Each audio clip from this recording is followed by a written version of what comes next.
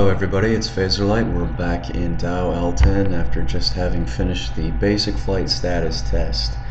So now we're going to go check out our license levels. So under our PDA, you should see the character tab on the right hand side, and over on the left you'll see we have gained combat license 1 and light weapons license 1 after passing the basic flight status test.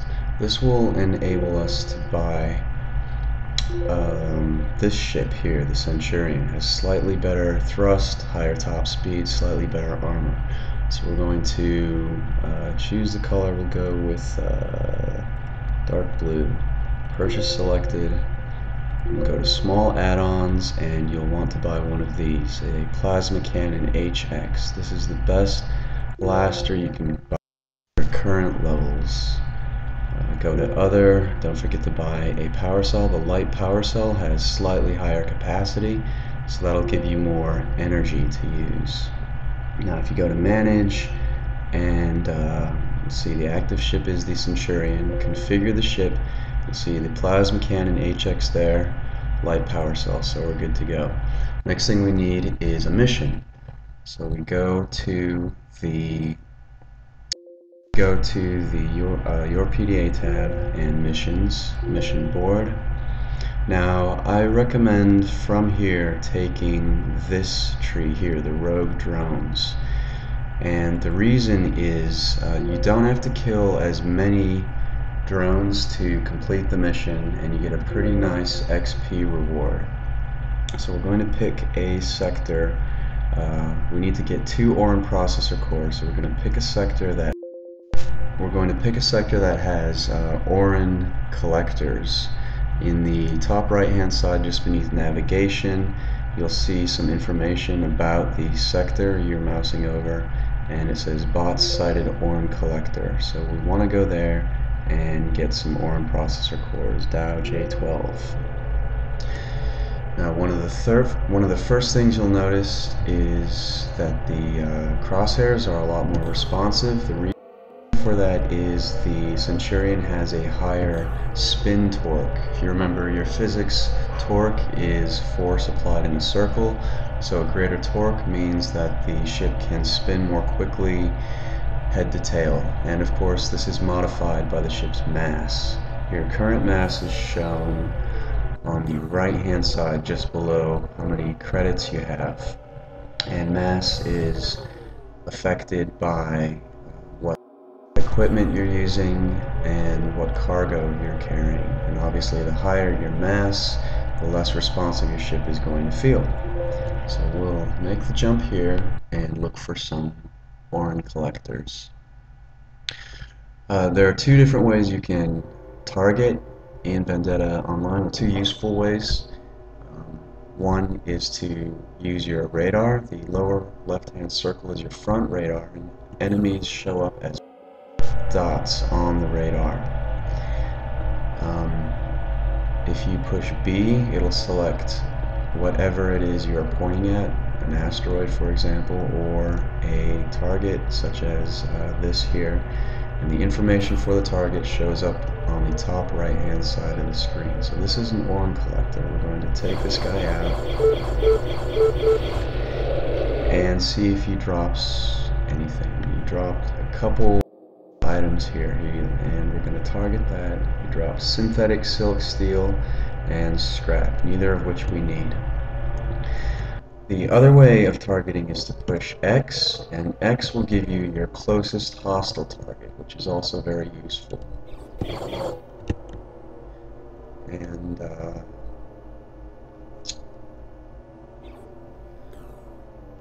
X is a good way to select a target, because here we go. This gold cargo widget here, you can see, is an orun processor core. That's what we're looking for. So we're going to just run over that, and then you can push J to get to your jettison menu, and there it shows up, orun processor core. We need 2 of these, so we're going to look for 1 more gold cargo widget from these orun processors.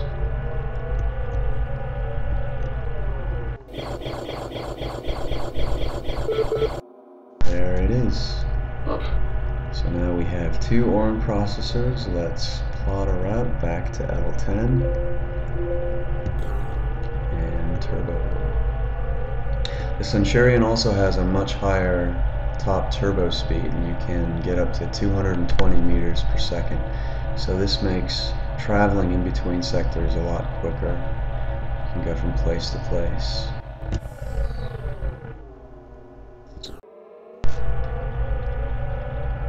So we'll get out to 3,000 meters here and jump back to Dow L10. You need at least 25% energy to jump, and energy is displayed on the right hand side of your HUD, just to the right of the crosshairs. Energy gets depleted when you turbo or when you use energy weapons. Some weapons actually don't consume energy. Based weapons tend not to use energy, but you really don't get too many of those early on in the game. So right now we're using just the plasma cannon HX. Each weapon has its own stats, such as delay between shots, the damage dealt, and how much energy it consumes. And certain weapons have advantages over others. You really just have to play around with all the weapons, feel for which one works for you. But the HX really is the best weapon you can buy early on. Okay, so here we complete this mission, and we'll go to our character tab. You can see we've gained about 400 combat XP and 200 light weapons XP for about 3 bot kills. So that's a pretty good XP gain.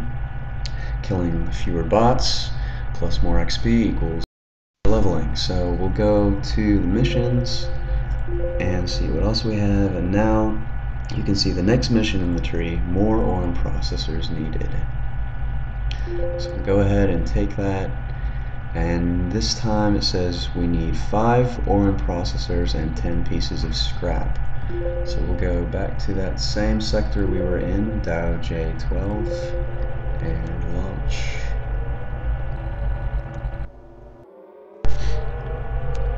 This tree actually is 12 missions long. The first couple of missions were written by the devs, and I actually contributed the rest of the missions through the PCC, Player Contribution Corps. It's a group of players that works to design and playtest missions, and after a period of playtesting, if they're found to be of high quality, they get put into production. So that's another way you can have an impact on the game, is to design your own missions. After you've spent a certain amount of time in game, you then have the option of joining the PCC and designing your own missions, which I think is pretty cool.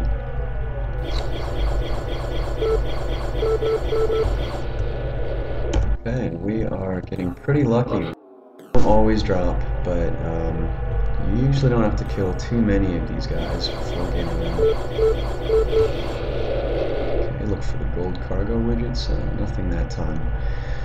The cargo widgets are color-coded depending on what type they are. There's trade goods, ores. Each asteroid has a certain mineral composition. The green cargo widgets are different types of ore, which are used in things like manufacturing. There are some manufacturing missions you can do which allow you to build high-level weapons and ships.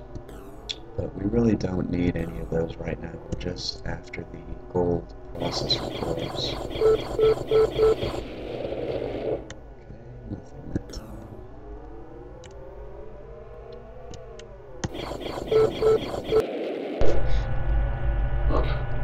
The range on the weapons is roughly 500 meters, and actually it looks like we earned Hive Hunter 1, so let's go to our accomplishments. Oh, there it is, Hive Hunter 1. You get that after killing a certain number of hive bots like these. So these weapons can hurt you now. Remember that this is the real thing.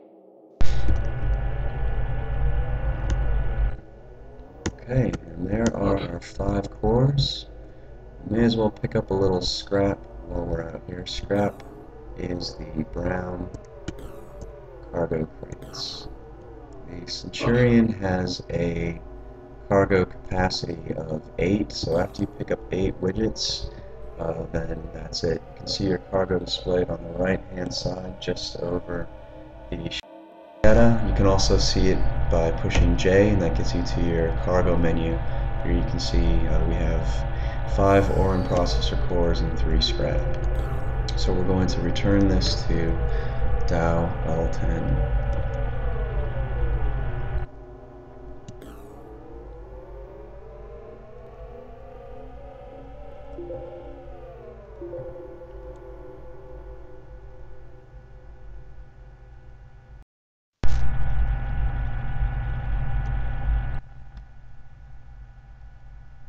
Cannot be damaged by other members of your nation within capital system. That's important to remember. You can actually play this entire tree as a UIT within the Dow capital system, which apparently is the least safe of all 3 nations because it's so close to space, and also the Serco and Atani factions, but as long as you're within the capital system of Dow, other players of your nation cannot hurt you. So we need to get 7 more. So you cannot be PK'd by other UIT within the Dow system, but once you leave the Dow system, then you're fair game for pretty much anyone.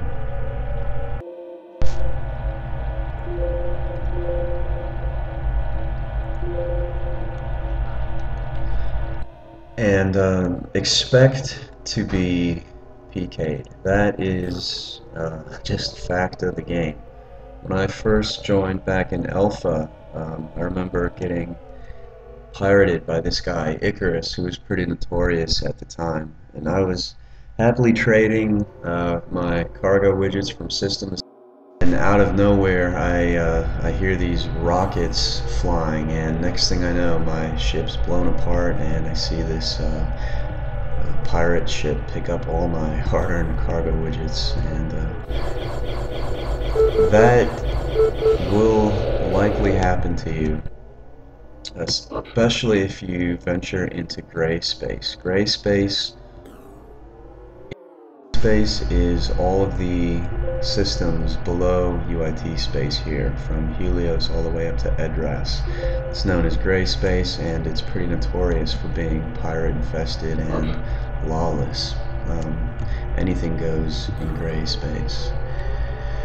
The flip side of that is that you can purchase a lot of ships and equipment at license levels lower than what are normally required. So if you do make it to gray, you can get some better equipment down there in gray, but it's a lot more dangerous than staying within your own nation's territory. So I really wouldn't recommend traveling down there until you have some decent levels and you know how to handle yourself in combat.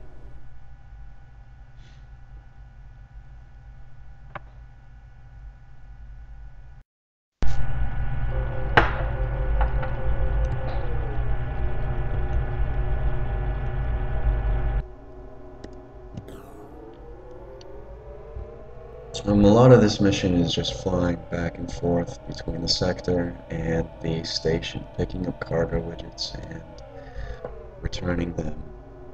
We need, I think, just 7 more scrap to complete this. So we should be getting a nice bonus here as we dock. Okay, so we'll complete this mission. Let's go to our character. Alright, so you can see we are making some progress here, and we're not having to kill too many bots. Now this next mission, Dentec processor core, is needed. I actually wrote this one here, and this is going to ask us to go after the next level